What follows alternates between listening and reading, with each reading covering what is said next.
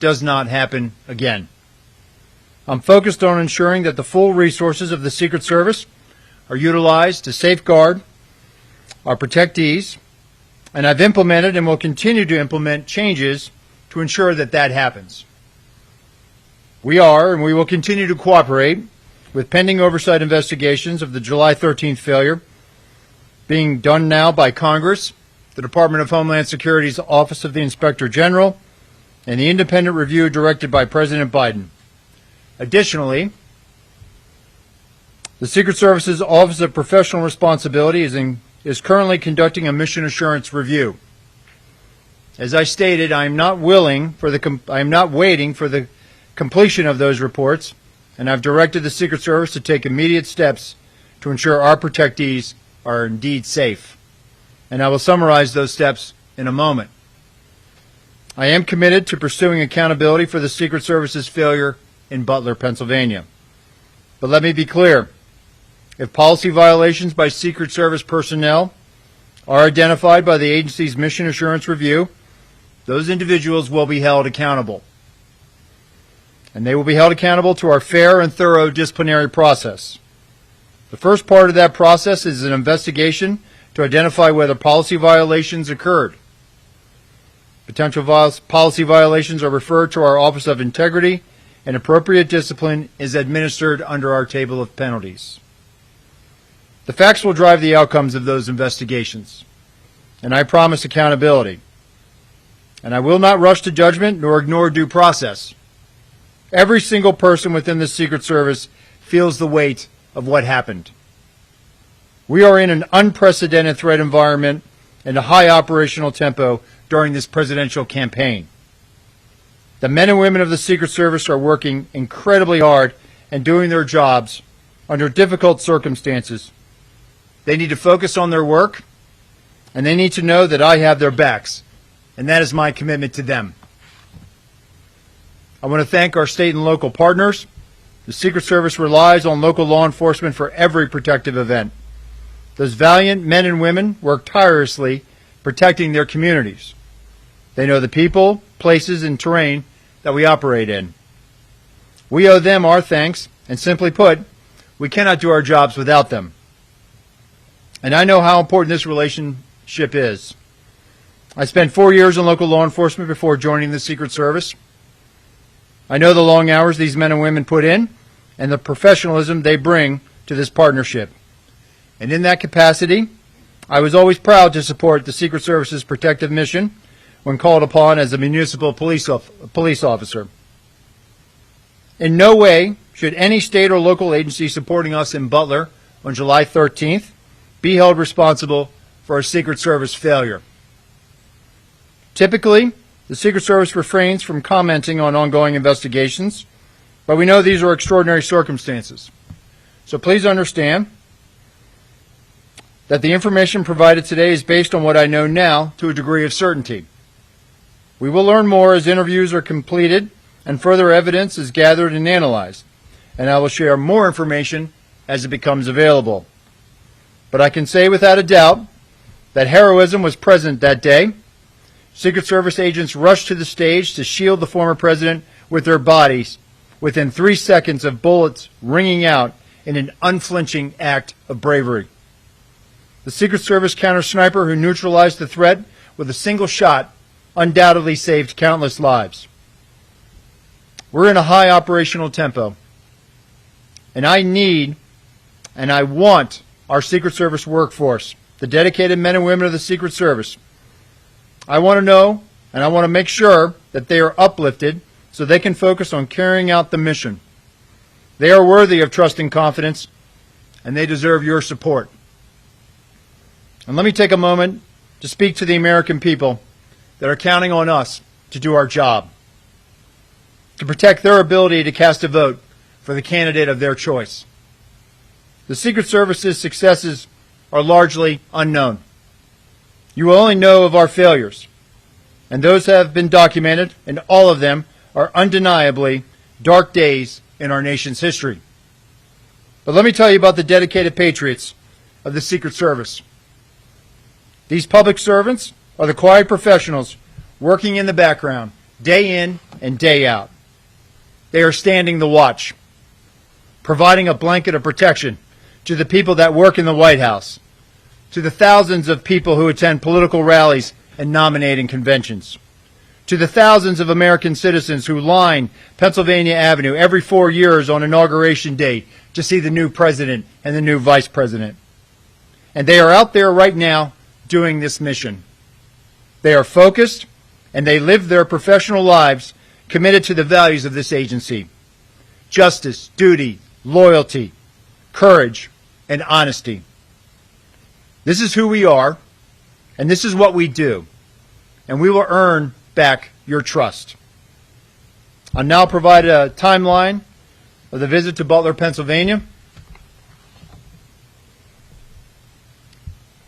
On July 8th, personnel assigned to the agency's Pittsburgh field office conducted planning meetings and a site walkthrough with law enforcement partners and campaign staff.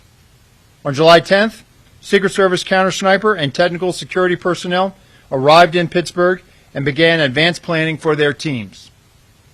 July 12th, the build-out of the campaign rally site began and continued through the early morning hours of July 13th.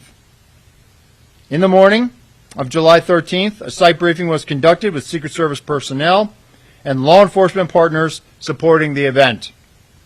Secret Service personnel took their posts, and a technical security sweep of the protective site commenced prior to the site's opening to event staff, vendors, and to the public. At 12:30 p.m., the Secret Service opened the protective site to event staff and vendors, and then at 1 o'clock, magnetometer screening of the estimated 15,000 people attending the campaign rally event, staff, and vendors began. At 5:30 p.m., former President Trump arrived at the campaign rally via Secret Service motorcade, and at that time he met with supporters in a secure backstage area within the protective site. At 5:45 p.m., a local Butler County Emergency Services Unit counter-sniper team member texted the Secret Service counter-sniper team leader about a suspicious person and sent 2 photos of the individual, later identified as the assailant. At 5:53 p.m., the Secret Service counter-sniper team leader texted the Secret Service counter-sniper teams that local law enforcement was looking for a suspicious individual outside of the perimeter lurking around the AGR building. At this time, Secret Service personnel were operating with the knowledge that local law enforcement was working on an issue of a suspicious individual. The concept of local law enforcement working on such issues is common at sites. And on July 13th, there were over 100 calls for support. At 6 p.m., former President Trump took the stage to begin remarks. And based on what I know right now, neither the Secret Service counter-sniper teams nor members of the former president's security detail had any knowledge that there was a man on the roof of the AGR building with a firearm. It is my understanding that personnel were not aware the assailant had a firearm until they heard gunshots. At 6:11 p.m., a member of the former President Trump's protective detail contacted their Pittsburgh field office counterpart to inquire about the radio update that there was an issue local law enforcement was looking into near the perimeter. At 6:11 p.m., the assailant's first volley of 3 shots was fired, and within 3 seconds, the former president's detail rushed the stage and covered former President Trump, shielding him with their own bodies. The 4 through 8 shots took place over the next several seconds. 15 and a half seconds after the assailant's first shot, a Secret Service counter-sniper fired a single round that neutralized the assailant. That concludes a quick, brief summary of the timeline. And with that, I'll turn it over to our staff here to begin any questions. Director, we're going to start with Fox News. David Spunt with your question. Hi, sir. Thank you for doing this. You said earlier this week to Congress that you said earlier this week to Congress that you don't want to tip anything on the scale as far as disciplinary action is concerned. I need to ask you, since you testified, has anyone been suspended with or without pay? Has anyone been fired? And will you tell us as people are disciplined along the way, or is this something we're going to need to just constantly be asking? Or will you update and tell us 5 people have been fired, 6 people, 7 people? What can you tell us? Sure. Thank you for that question, David. So, as I said in my opening statement, there are going to be, there's the mission assurance review. If that mission assurance review is looking into if there were policy violations, at that point now, if in fact there were policy violations, at that point now it'll go into a parallel path of a disciplinary type of investigation. Those are internal investigations that deal with employee matters, so we're not going to be able to provide real-time updates or continuously to provide you updates on that. But what I will tell you is that these are very thorough investigations, and if in fact there were policy violations and they are substantiated, those employees will be held accountable. I think that if I just may, sir, people want accountability. You may not be able to tell us names or positions or something, but will you be able to say that people have been disciplined? People want to hear that there's some accountability here. I will be able to, at least at a high level, provide at least some type of statement that people are being accountable, being held accountable. If I may, and I appreciate this, Fox Digital obtained some new video of somebody on the roof, which we believe is the assailant that was running back and forth while President Trump was speaking. What do you make when you see of that? How does that go with this timeline here? Yeah, so it affirms to me, and again, and you heard this from the FBI, and they're still conducting interviews and looking at this. It even just affirms to me that this was a failure. We should have had better protection for the protectee. We should have had better coverage on that roof line. We should have had at least some other set of eyes from the Secret Service point of view covering that. That building was very close to that outer perimeter, and we should have had more of a presence. And so as far as the timeline of him running back and forth, I know the FBI has provided a bit of a chronology as well, and so I'd have to go back and look at that. But the bottom line is this, David. This was a Secret Service failure. That roof line should have been covered. We should have had better eyes on that. Thanks, Director. We're going to go to the Washington Post. Carrie Stein, next question. Yeah, thanks so much for doing this. I have just a quick follow-up. Can you describe, you said there were 100 calls for support, who those calls came from and what those looked like? And also, moving forward, do you anticipate, and if so, what any different changes in protocol between how Secret Service communicates or works with local law enforcement specifically as they work to secure events or other things? Yeah, thank you for that question. So with regards to calls for support, it was a very hot day that day. There was a lot of not only EMS type of calls to address people, but there were people that needed some other type of law enforcement assistance. This happens, candidly, happens a lot at outdoor rallies, especially on hot days. So there was a lot of traffic, radio traffic on the local net about, hey, I need EMT here. So there was a lot of people that were needing assistance. With respect to the interoperability, so one of the things that I've directed is I've commissioned a task force. And that task force is going to be leveraging the resources of the Department of Homeland Security. It'll be co-chaired in all likelihood by someone from the Secret Service and someone from CISA. And I think we're also going to bring in some state and local law enforcement. The interoperability challenge, it's not an easy fix. It's not as simple as just trying to figure out the local frequency of the agency you're working with and then piping that into your radio network. It requires a substantial technical fix. In the meantime, before we can get to that, what I need to have is I need to make sure that our folks, when they're out there, we use a counterpart system. On the day in Butler, we had a Pennsylvania State Trooper in our security room. They also had a unified command post that had some of the other agencies that were on site that day. It is plainly obvious to me that we didn't have access to certain information, not by anybody's fault. It just so happened that there was a sense of urgency, that there might have been radio traffic that we missed. We have to do a better job of that. So moving forward, in addition to this task force that we'll provide more information on next week as we begin to stand that up, I've also directed all of our SACs, our special agents in charge of field offices across the country, to reevaluate where we put our security rooms.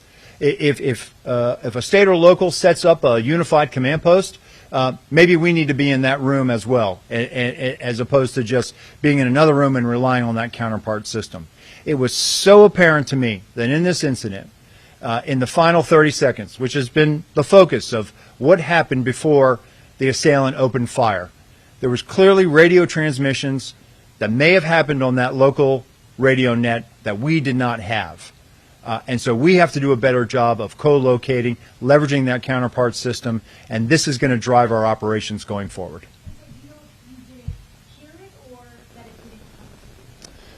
We did not. It did not make it over to us, or whether we did not hear it, it just did not make it over to us. It did not make it to us. And I go back to my opening statement where the members of the detail, they did not, all they knew that the issue, that the locals were working an issue at the president's 3 o'clock, which would have been off to his right, which is where the shot came from. Next, we're going to go to Rebecca Santana with the Associated Press. Just to follow quickly on that question of the 100, to clarify on the 100 calls that you got roughly that day, I understand a lot of them were heat related. How many specifically were suspicious people? Was this the only call, the eventual shooter that was a suspicious character? And then also can you clarify, did you guys have a drone on site? Did you try to use it? And if not, why did you not use the locals' offer of a drone? Sure. So as I understand it now, based on the information I have, there were other calls of suspicious individuals. And your other question was about drones? About the Drones. Did you have a drone on site that was a Secret Service drone? And what was the reason you couldn't Sure. use it? And then also, there was this offer from the locals of somebody having a drone. Right. Why was that? So we did not have a drone on site. We did not put a drone up. Based on the information I have right now, I am aware that there was a request from a local agency to offer to fly a drone on that day, and that is also part of the mission assurance review that I've asked to get some better insight in. One of the other changes that I implemented when I became the acting director is we are now going to leverage the use of unmanned aerial systems at sites now. So we are putting those assets out, and we should have had better line of sight on some of those high ground concerns. We thought we might have had it covered with the human eye, but clearly we are going to change our approach now, and we are going to leverage technology and put those unmanned aerial systems up. We're going to go to Nicole Skanga with CBS News. Thank you so much for doing this. You mentioned that there were text messages from Butler ESU to U.S. Secret Service counter snipers. I'm curious if that is routine. There were 2 communication channels at the Butler rally, and you referenced earlier this week it appears that information was stuck or siloed at the state and local channel. What was the plan to relay information from locals to the Secret Service initially? What is the protocol? And I just have one follow-up. Sure. So, Nicole, we use that counterpart system, right? And so the teams, especially on the tactical side, when it comes to the tactical, our counter-assault team, they actually had an embed with them from the local TAC team. And they had that radio net as well with Pennsylvania State Police. With respect to the counter snipers, they were using cellular or telephone text communications. At this point, moving forward, what I have directed now is that everybody should be using the radio net. And if we don't have the ability to pipe in or leverage that counterpart system, that's one of the things that we're looking at now. We should be able to have direct comms with the people that are supporting us, and that's moving forward. That's what I have directed. So just to clarify, U.S. Secret Service counter snipers did not have radio communications. Not with the local CS folks that were providing a support. They were basically had an area responsibility independent from where our counter snipers were securing. And just a last thing, did the U.S. Secret Service counter sniper teams that arrived on site on July 10th ever relay line of sight concerns? What came of that? And can you confirm that this was the first 2024 campaign event that counter sniper teams were assigned to the former president? Sure. As part of their advance, they identified those line of sight, those high ground concerns, and there's a division of labor. With respect to the whether or not this was the first time, it was. It was the first time Secret Service counter snipers were deployed to support the former president's detail. Go to Eileen Sullivan with the New York Times. Hi, thanks you so much for doing this. I have a question about the review that you did, the picture that you showed in the Senate the other day of the vantage point that the local snipers had. How do you know that that's the window that they were actually posted at? Because they're saying that they're on a completely other side of the building. And related to that, has the Secret Service actually interviewed the snipers that were in the AGR building? So thank you for that. So once the FBI had released the Butler Farm Show site, we were able to take custody of it, and we sent the full resources of our Office of Investigations, which included the Forensic Services Division. We did a full site reconstruction, and this is part of our ongoing mission assurance review. As part of that, that also included the plotting and also trying to identify where not only our personnel were, but also where state and local law enforcement were. And then the second part of your question was? Well, so, I mean, how did you identify where they were? And have you interviewed the local snipers? So the mission assurance, we're starting with our federal personnel and working out. We will get, if they're willing to be interviewed, we will ask for the local law enforcement on site to be interviewed that day. How we went back and reconstructed that was based on what we had based on the ops plan, and then also based on what our own folks, as they understood it on the day of. Well, but I mean, you talked a lot about how you may not have been as specific as you need to be. So how do you know that they were in that window, that if they looked left, they could have seen something? Because they're saying there's no way they couldn't see any of the roofs from where they were posted at the other side. So I think what we'll do is we'll let the mission assurance play that out, and we'll look forward to interviewing them and definitely getting their side of the story. But what I also want to reiterate is this was a Secret Service failure, and so they should not be blamed. We're not trying to shift blame to anybody, and that's the important takeaway, that we need our state and local partners out there doing this with us every day. Thanks, Director. We're going to go to Peter Thomas at ABC. Director, thank you for taking the time.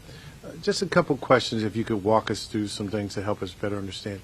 Have you gotten to the bottom of why there was no one stationed on the roof from a law enforcement perspective, and why there was no one there to secure the building to make sure no one could get up there? Have you gotten any clarity on why those two lapses in security were in place? And I have a couple quick follow-ups. Sure. It's something that, again, having been there the day after I was named the acting director, I wanted to put eyes on and go up there and see it. Yes, sir. And looking at that site, it really, seeing how close that site was to the stage, seeing where it was, it definitely raised a lot of questions in my mind that there should have been physical presence, if not on the roof, that there should have been better security to prevent anyone from getting up on that roof. So moving forward, I've directed our Office of Protective Operations and our Special Operations Division now that when we are up operational and we have counter snipers out there, that we were working with locals, and that they in fact will also be out present. At the very least, the presence of a law enforcement officer can deter a lot of bad activity. Having been a local police officer, I will never know how many crimes I prevented just by being there, just by walking the street and being out there. And so moving forward, one of the things that we want to do is we want to deter people from even thinking about trying to do something like this again. And the only way we can do that is leveraging not only the resources that we have, but the resources of our state and locals, and putting them out there in an overt presence. Two very quick follow-ups. You talked at length at the hearing the other day about the system that did not operate, that could detect drones. Mm-hmm. Can you describe a little bit of how that works? Does that go in the sky itself to detect the drones? And then finally, the interoperability issue. I'm clear in terms of that Secret Service radios were not communicating with the locals. Mm-hmm. But you had people in the command post, right, who in theory could hear and know some basics of what was going on. Is that am I understanding that correctly? So with respect to the counter UAS, Pierre, I don't want to get into sensitive information. But what I can tell you is it allows that asset allows the geolocation to be able to plot where a drone is within a certain distance of how we set up. So think of it as like geofencing, and then being able to pinpoint and detect where that is. With respect to the agency that was, we had Pennsylvania State Police, but it appears that there was really a big sense of urgency going on, and the state and locals were doing everything they possibly could to try to find the assailant. He had already come to their attention. They were actively trying to find him, and I believe everyone was doing their level best to try to locate him. But there could have been other agencies that were putting out radio transmissions, and this is something that we'll work with the FBI to get further on. But those radio transmissions might have just been back to the Unified Command Post and maybe not have made it over the Pennsylvania State Police here. But that's something that we're going to look into, and definitely something that we are moving forward. We definitely want to remedy this going forward. But your Secret Service personnel in the command post had some sense that something was going on based on what they were being told about the radio traffic. Yes, that they were working an issue at the 3 o'clock of the stage. We'll go to Andrew Goodsworth with Group Waiters. Thanks for doing this. I wanted to ask you about changes moving forward. Former President Trump has said he wants to continue having outdoor rallies. What specifically will be different at the next rally that wasn't the case in Butler? And if I could ask a follow-up to, do you have information in the 30 seconds after the gunman was confronted on the roof by a local law enforcement officer that there were local law enforcement trying to communicate with the Secret Service that there was someone on the roof with a gun and that transmission was the one that was missed? Okay. So with respect to the former president wanting to get back out there, listen, it's a campaign season, right? Candidates want to be out there. They want to be, whether it's an indoor site or an outdoor site, it's on the Secret Service to make sure that we create a secure environment.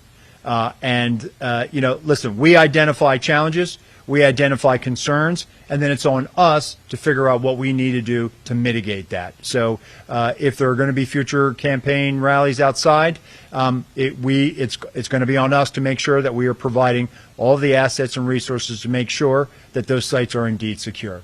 With respect to the radio transmissions,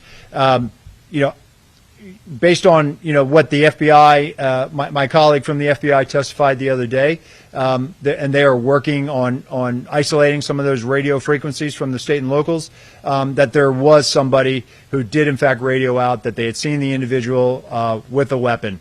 What I can tell you is that piece of information, that vital piece of information, and by no fault of anyone, it was a very stressful situation, it did not make it over. Our detail, our counter snipers, everyone that was there that day, were operating under the assumption and under the last bit of information they had received that there was an issue that the locals were working at the 3 o'clock. That's the bit of information that we had, not anything about a weapon. We'll go to Holmes Library with CNN. I wanted you to address, or if you can, describe the Pittsburgh field office and their level of experience, especially in preparing for events like this, and also have they explained their thinking and how they defined the perimeter that day? Sure. Thanks, Holmes. Our Pittsburgh field office, I don't think there's anybody in the Secret Service who is feeling this more than the men and women of our Pittsburgh field office. And I've met with them. And they are down right now. And so when I've met with them the other day, it was very difficult. It's difficult for them. They feel like they let their colleagues down. They feel like they let the country down. And they are wearing this, and it's open. You can see it. It's an open wound that they are carrying. They are a very experienced office. And what I will say is they are cooperating with the mission assurance. They understand the gravity of this situation. And they are definitely down right now. Now, what if I can, one follow-up. You testified about one of the Secret Service failures was an assumption that day. I'm curious how the Secret Service can even make assumptions regarding protection, because it seems antithetical to the entire protection mission. Yeah. So when I said it's a failure to challenge our assumptions, meaning the assumption that, hey, that's going to be addressed or that's going to be covered by state and local. So earlier this week, I convened a call with all of our special agents in charge of all of our field offices, and I expressed to them, listen, we need our state and local counterparts, but we also have to be very direct, very clear about what our expectations are about what we need from them. Whether it's a particular asset, whether it's particular numbers of personnel, we need to be very clear so that they have an understanding of exactly what we need from them. That's on us. We need to be better communicators and articulate exactly what we need to mitigate any challenges, concerns, or anything that we identify during that advanced process. And so I have full confidence in our SACs in the field. I have full confidence in our state and local counterparts that moving forward now, we're not going to have this assumption that, oh, we think that they have it. No, we're going to work together. We're going to have good, hard, fierce conversations about what we're going to do, and then we're going to go out there and we're going to make all of these venues secure moving forward. We'll go to Ryan Barber with the Wall Street Journal. Thank you, Acting Director. One thing, for starters, I was hoping you could elaborate a little bit on a portion of the timeline in which you address a communication between the Secret Service detail and personnel with the Pittsburgh field office. It just struck me as a little vague, and I was curious if you could elaborate on what that communication was. So the former president's details, they had an advanced person on the ground who was responsible for the site. The radio transmission goes out about locals working an issue at the 3 o'clock. The member of that detail called their Pittsburgh field office counterpart. Hey, what do you know about this? Right in the middle of that phone conversation, the shots begin firing. So that's the context of it. And sorry if I missed. Could you say how they became aware of the locals working an issue in the first place to even have that conversation with? That was the radio transmission that was put out by our security room. I got it. Okay. Just to follow up, I'm curious about, you mentioned that this was the first event where Secret Service counter snipers had been assigned as part of the security for former President Trump. To what extent do you think that factored into what were ultimately shown to be the failures? Just that this was a first time, at least in a while, in his capacity as a former president, that they were there on the site. So the novelty of it. Sorry. Sure. So let me just clarify one thing. This was the first time that Secret Service counter snipers, but the former president at campaign rallies has actually been getting state and local resources, so tactical assets, counter snipers from state and locals. So with respect to why they were there in Butler, listen, we evaluate our threat landscape every day. We calibrate based on that threat. We evaluated a threat stream that we have, and we put our Secret Service counter sniper personnel out there. And looking back, it was very fortunate that we did. But the former president will have counter sniper coverage moving forward, as will the president, the vice president, Senator Vance, and then we'll await the eventual Democratic vice presidential nominee.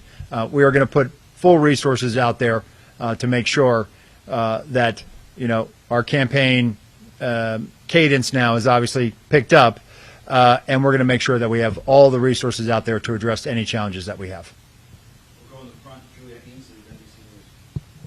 Thank you. As you're doing this review, are you looking at the days leading up to this event and the instructions that you gave to state and local and federal partners? I know in the past there used to be a PowerPoint presentation that was given before events like this, where people who were part of each unit in the Secret Service would stand up, go through the mission, who was assigned to them, what they'd be doing. I understand that did not happen in this case and hasn't been happening for some time prior. Is that something you think was missing here? Is that something you might review and bring back? And do you also think the Secret Service is too reliant on state, local, and federal partners? I mean, you have almost 2,000 HSI agents helping in events coming this fall. That's a third of their workforce, and it takes a lot from state and locals as well. So first, would you bring back the PowerPoint?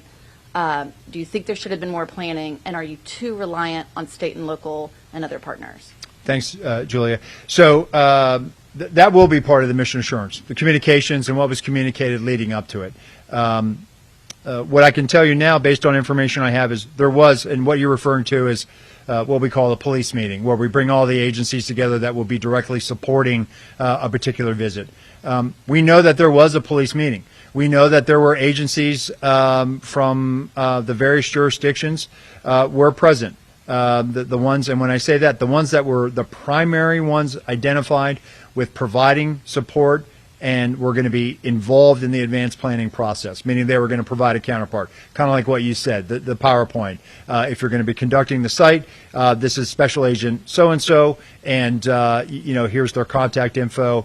And then usually at the end of that meeting, everyone kind of goes off and they form up and they go over, how they're going to go out and do the walkthroughs and identify some of the things. Saying that did happen. They did do a PowerPoint. Based on the information, I don't know about the PowerPoint. I can tell you that there was a police meeting. With respect to the PowerPoint, I certainly think that visuals are always good. I think that if we're not using it, we certainly will. But that goes back to my direction that we have to be very specific about what we're communicating and what our expectations are moving forward. With respect to the reliance on state and local law enforcement, listen, there are 700,000 full-time law enforcement officers, over 700,000 full-time law enforcement officers in the United States. The majority of prosecutions in the criminal justice system in the United States are done by state and locals. That's a result of criminal investigations that they do every day in their communities to keep them safe. Over 135 officers died last year serving their communities, federal, state, and local. 47 of them died by violent means, gunfire. There's not an over-reliance on them. They're out there every day securing their communities. They know the terrain. They know the people. More importantly, they know the local laws. If you're in a state where it's open carry, we're going to rely on them to enforce local laws. I, as a federal agent, cannot go out there and enforce the laws of the Commonwealth of Pennsylvania. I need those state and local law enforcement officers. So I would push back on that. With respect to leveraging other federal partners, when we were in the Department of Treasury and I was a brand new agent, I would stand post during a campaign year with agents from ATF, IRS criminal investigations. We were all one big happy family. Customs. Customs moved over to DHS just like we did. So we do this every 4 years. We rely on those partners. We use them during national special security events like the Democratic National Convention, the United Nations General Assembly, the presidential inauguration. Those are whole of government security operations, which the Secret Service is the lead planning for, and we're going to bring in partners from across the government.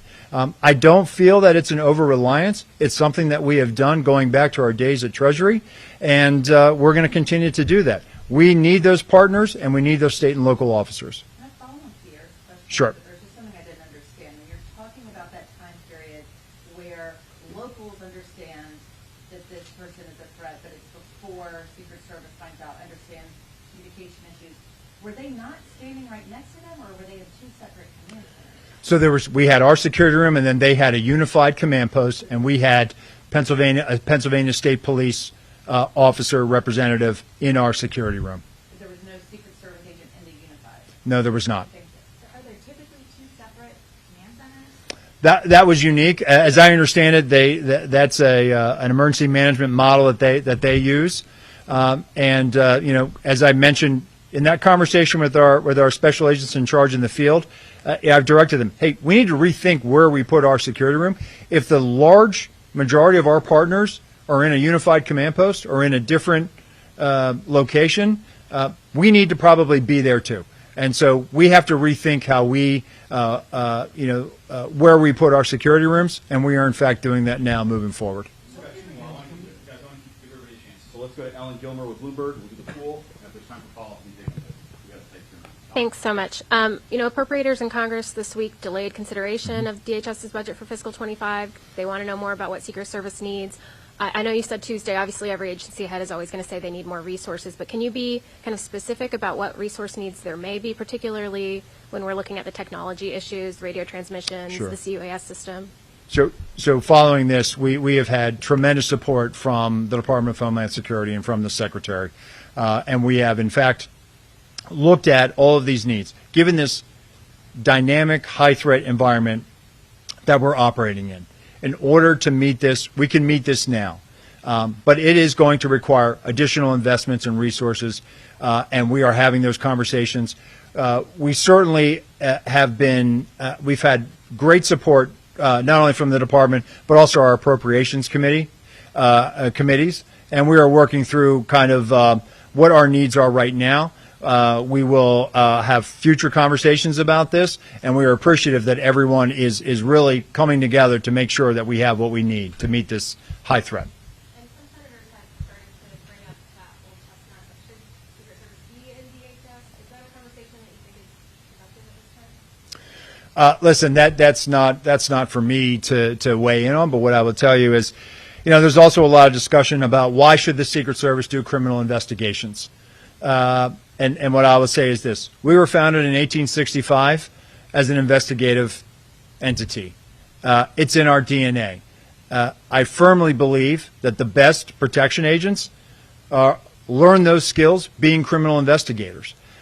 You learn how to interact with people. You learn organizational skills. You learn to be analytical. Those are all traits that you need to have when you're on a detail. Moreover, if you look at where we are today, buildings, communities, everything is interconnected. And so we have a particular expertise in cyber and in cybercrime and critical systems protection.